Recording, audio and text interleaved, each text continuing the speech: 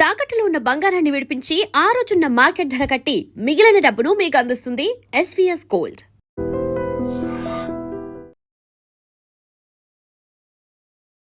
నమస్తే. ముందుగా ప్రేక్షకులందరికీ శ్రీ పరాభవనామ సంవత్సర ఉగాది శుభాకాంక్షలు. ద్వాదశ రాశుల వారికి ఈ సంవత్సరం ఏ విధంగా ఉండబోతుందో తెలియచేయడానికి మనతో పాటు బ్రహ్మశ్రీ గుండెపూడి శివసుధీర్ శర్మ గారు ఉన్నారు. మాట్లాడదాం. నమస్కారం గురుగారు. శ్రీమాత్రే నమః. శ్రీ గురుభ్యో నమః.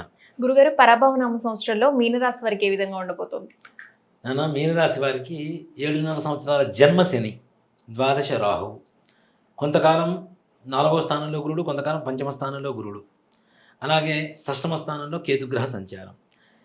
వీరికి ఆదాయం 14, ఖర్చు 11, రాజ్యపూజ్యం 7, అవమానం 2. ఇక్కడ చూడండి, గ్రహస్థితి ఏమో ప్రతికూలంగా ఉంది, రాజ్యపూజ్య అవమానాలు ఆదాయ వ్యయాలు మాత్రం సానుకూలంగా ఉన్నాయి. ఇక్కడ అదే చెప్తాను నేను, వీటిల్ని డబ్బుతో ఎందుకు పోల్చుకోవద్దని చెప్తున్నాను అంటే ముఖ్యంగా అదే, గ్రహస్థితి ప్రతికూలం, ఆదాయ వ్యయాలు కదా. కానీ ఇక్కడ గ్రహస్థితి ప్రతికూలం అంటే సంపూర్ణమైనటువంటి ప్రతికూలం అయితే కాదు నాన్న. 5వ స్థానంలోకి ఎప్పుడైతే గురుగ్రహ సంచారం జరుగుతుందో అక్కడి నుంచి యోగదాయకంగా ఉంటుంది. ఇక్కడ గురుడు మెయిన్ ప్రధానంగా బాగుంటాడు. అలాగే జన్మస్థానంలో ఉన్నటువంటి శనిగ్రహ సంచారం చేత సంపూర్ణమైనటువంటి ఆరోగ్యం చాలా జాగ్రత్తగా ఉండాలి. అలాగే పరువు నష్టం వాటిల్లేటువంటి పరిస్థితి, భంగం వాటిల్లుతుంది తప్పనిసరిగా. అనవసరమైనటువంటి విషయాల్లో తలదూర్చడం, అవమానాల బారిన పడటం, దాంతోపాటుగా ఇక్కడ ఒక ఎదుటి వాళ్ళు ఎంతసేపటికి వీళ్ళని చిన్నతనపరచాలి, అవమానపరచాలి అనేటువంటి పరిస్థితుల్లో ఎక్కువగా ప్రవర్తించేటువంటి జనాలు ఎక్కువ చుట్టూ చేరుతూ ఉంటారు. వాళ్ళతో కొంచెం జాగ్రత్త ఉండాల్సినటువంటి పరిస్థితి ఉంటుంది. అలాగే ముఖ్యంగా కొత్త కొత్త వ్యక్తులు పరిచయం అవుతుంటారు. ఈ కొత్త వ్యక్తులు ఎవరైతే పరిచయం అవుతున్నారో వాళ్ళ ద్వారా కూడా ఆర్థికమైనటువంటి నష్టం ఉంటుంది, మానసికమైనటువంటి కష్టాన్ని వీళ్ళు ఎదుర్కోవాల్సిన పరిస్థితి ఉంటుంది. కుటుంబంలో కూడా సమస్యలు ఎదురవుతూ ఉంటాయి కొత్త వ్యక్తుల వల్ల. అదేంటనేది మనం కొత్త వ్యక్తులతో పరిచయం అనేది ఎంతవరకు ఉంచాలో అంతవరకు ఉంచితే బాగుంటుంది, కానీ కుటుంబ వ్యవహారాల వరకు వాళ్ళని తీసుకురావద్దని చెప్తాం. వాళ్ళ వల్ల ఇంట్లో కుటుంబంలో గొడవలు అవుతూ ఉంటాయి, చికాకులు ఉంటాయి. అంతేకాకుండా ఇంట్లో పెద్దల అనారోగ్య పరిస్థితి కూడా కొంచెం జాగ్రత్త. జన్మస్థానంలో శనిగ్రహం ఉన్నటువంటి ప్రభావం చేత ఆరోగ్యపరమైనటువంటి విషయాల్లో చాలా చాలా సంపూర్ణమైనటువంటి జాగ్రత్తలు తీసుకోవాలని చెప్తున్నాను. దాంతోపాటుగా ఆర్థికంగా పర్లేదనిపిస్తుంది, డబ్బులు వస్తాయి, కానీ చేతిలో నిలవడం మాత్రం జరగదు. ఆ ఖర్చు ఆదాయం 2 సమానంగా రావడం, ఖర్చు అయిపోవటం, తర్వాత మరలా కొత్త పని ఏదైనా కొత్త ఖర్చు వస్తుందంటే దానికి తగ్గట్టుగా మరలా డబ్బులు వస్తుంటే ఖర్చు అయిపోతూ ఉంటాయి. అంతేగాని పెద్దగా మిగులుస్తారని చెప్పడానికి మాత్రం అవకాశం తక్కువగా కనపడుతుంది. అలాగే ఈ రాశి విద్యార్థులకు, ఉద్యోగస్తులకు, వ్యాపారస్తులకు ఏ విధంగా ఉండబోతుంది? విద్యార్థులకి కొంచెం కష్టకాలంగా ఉంటుంది నాన్న. విపరీతమైనటువంటి లేజినెస్, బద్ధకం. ఇప్పుడు 5ంటికి అలారం పెట్టుకుంటాడు, లేకపోతే 7ంటికి కూడా కష్టమే. 10 సార్లు అలారాన్ని నొక్కడం ఈ రకమైనటువంటి బద్ధకం, పోస్ట్ పోన్డ్ మెంటాలిటీ వస్తూ ఉంటుంది. ఇంకో గంటకి చేద్దాం, రేపు చేద్దాం, ఎల్లుండి చేద్దాం, ఈ పోస్ట్ పోన్. అలా కాకుండా రేపటి పనిని కూడా ఇవాళ చేయగలిగితే బాగుంటుంది అసలు మనిషి.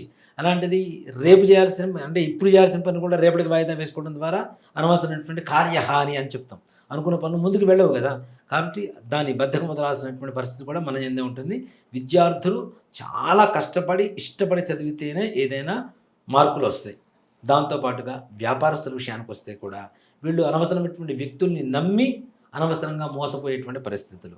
ఇప్పుడు కొత్త కొత్త మోసాలన్నీ కూడా వెలుగులోకి వస్తున్నాయి వీళ్ళ జీవితంలోకి, కాబట్టి అది కొంచెం జాగ్రత్త పడాల్సినటువంటి పరిస్థితి. ఇన్వెస్ట్మెంట్ పెట్టడానికి కూడా మీ అంతటా మీరు ఆలోచించుకోను, కానీ పక్క వాళ్ళ మీద మాత్రం ఆధారపడవద్దని చెప్తాను. అలాగే రాజకీయ నాయకులకు, కళారంగం వారికి ఏ విధంగా ఉండబోతుంది? రాజకీయ నాయకులకు బ్రహ్మాండంగా ఉండబోతుంది, దాంట్లో ఏమాత్రం కూడా సమస్య లేదు. కానీ దాంతోపాటుగా ఉన్నత అధికారులతో చాలా జాగ్రత్త వహించాల్సినటువంటిది. కొంచెం అటు ఇటు అయినా సరే మీ పదవికి చెడు చేకూరుతుంటుంది, కాబట్టి అది కొంచెం జాగ్రత్తగా ఉండాలి.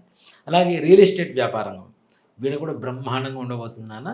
కాకపోతే వీళ్ళల్లో ఉండేటువంటి సమస్య ఏంటంటే పెట్టుబడి పెడతారు, లాభం వస్తుంది, ఇవి తీసుకెళ్ళి ఎక్కడ అప్పుగా ఇస్తారు, అక్కడ నష్టపోతూ ఉంటారు. అది కొంచెం జాగ్రత్తగా ఉండండి. ఎవరికి అప్పుగా ఇవ్వటం అనేది మాత్రం చేయొద్దు. మీరు మధ్యవర్తులుగా ఉండి అసలు అప్పులు ఇప్పించొద్దని చెప్తాను. దాంతోపాటుగా ఉద్యోగస్తుల వ్యవహారానికి వస్తే ఉద్యోగస్తులకి ప్రమోషన్స్ అనేటువంటివి ఉండవు, కానీ ఉన్న ఉద్యోగం కాపాడుకోవాల్సినటువంటి పరిస్థితి కూడా కొంత మేరకు ఏర్పడుతూ ఉంది. ఉద్యోగం ఉంటుందా పోతుందా అనేటువంటి భయం ఒకటి. ముఖ్యంగా ఈ భయం విదేశాల్లో ఉండేటువంటి వాళ్ళలో మరి ఎక్కువగా ఉంటుంది. ఇప్పుడు ఉన్నటువంటి పరిస్థితి అలానే ఉంది. జన్మలో శని ఉన్నాడు. ఇది జూన్ వరకు చాలా కష్టకాలంగా చెప్పుకోవచ్చు వీళ్ళకి ఉద్యోగస్తులకి. కాబట్టి కొంచెం జాగ్రత్త వహించాల్సినటువంటి అవసరం ఉంటుంది. ప్రమోషన్స్, ట్రాన్స్ఫర్స్ ఇవన్నీ తీసి పక్కన పెడదాం, అదంతా దేవుడికి ఎరుగా. అసలు ఉన్న ఉద్యోగం కాపాడుకోవాల్సినటువంటి బాధ్యత మాత్రం జూన్ వరకు మీకే.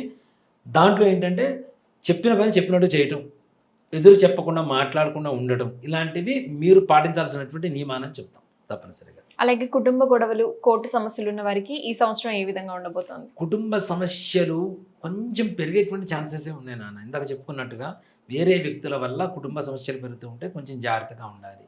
కోర్టు వ్యవహారాలు అంటారా, జూన్ తర్వాత ప్రశాంతంగా మీకు సానుకూలంగా మీకు తీర్పు వచ్చేటువంటి అవకాశం కనబడుతుంది. సామరస్యంగానే తప్పనిసరిగా పరిష్కారం అవుతూ ఉంటాయి. అలాగే విదేశాలకు వెళ్ళాలని ఎప్పటి నుంచో ప్రయత్నిస్తూ ఉంటారు కదా, ఈ సంవత్సరం వారికి ఏ విధంగా ఉండబోతోంది? విదేశం వాళ్ళకి కొంచెం అవకాశాలు తక్కువ నాన్న.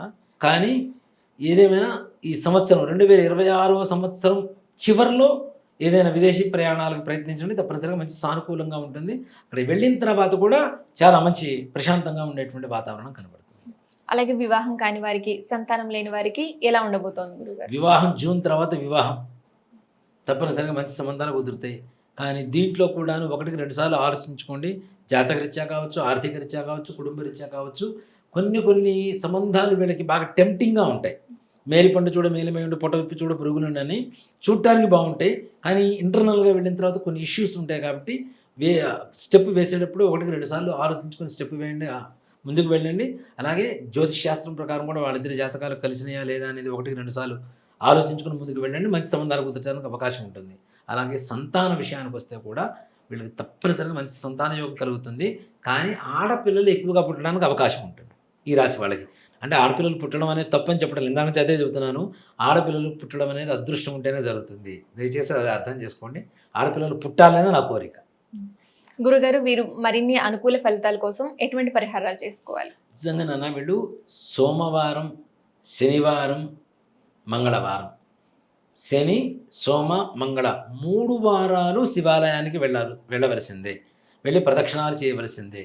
అలాగే ముఖ్యంగా చండీశ్వర ప్రదక్షిణ అని ఒకటి ఉంటుంది నవగ్రహ శివాలయంలో. ధ్వజస్తంభం దగ్గర నుంచి స్వామివారి నీళ్లు బయటకు వస్తాయి కదా, సోమసూత్రం అంటారు. అంతవరకు వెళ్ళి మరలా అక్కడి నుంచి వెనక్కి తిరిగి రావడం రివర్స్లో ధ్వజస్తంభం వరకు వస్తే ఒక ప్రదక్షిణ అవుతుంది. మీరు గుళ్ళల్లో పనిచేసేటువంటి పూజారిని అడిగినా చెప్తూ ఉంటారు చండీశ్వర ప్రదక్షిణ. ఇవి ఎవరైతే చేస్తారో, అది కూడా ప్రదోషకాలంలో సాయంకాలంలో ఎవరైతే చేస్తారో వాళ్ళకి మీకుండేటువంటి గ్రహ ప్రతికూలత ఏదైతే ఉందో అది కూడా తొలగిపోయి సానుకూలంగా ఉంటూ అనుకున్న కార్యాలు దిగ్విజయంగా పూర్తి చేసుకుంటారు. ధన్యవాదాలు గురుగారు. శ్రీమాత్రే నమః, శ్రీ గురుభ్యో నమః. తవ్వండి, తవ్వుతూనే శివలింగం. పరమాత్మకు జీవా సరే, దాన్ని అట్లా కప్పేసేయండి, చూపించదండి. Krishna is there. మూర్తి పూజ కాదు, సాక్షాత్ బ్రజేంద్ర నందన భగవాన్ ఉన్నారు మూర్తిలో. ఏమీ ఆశించకుండా ఆరాధించే వాళ్ళు కూడా ఉన్నారా ప్రభుజీ? నిజమైన భక్తి అంటే మనకు తెలియదు కాబట్టి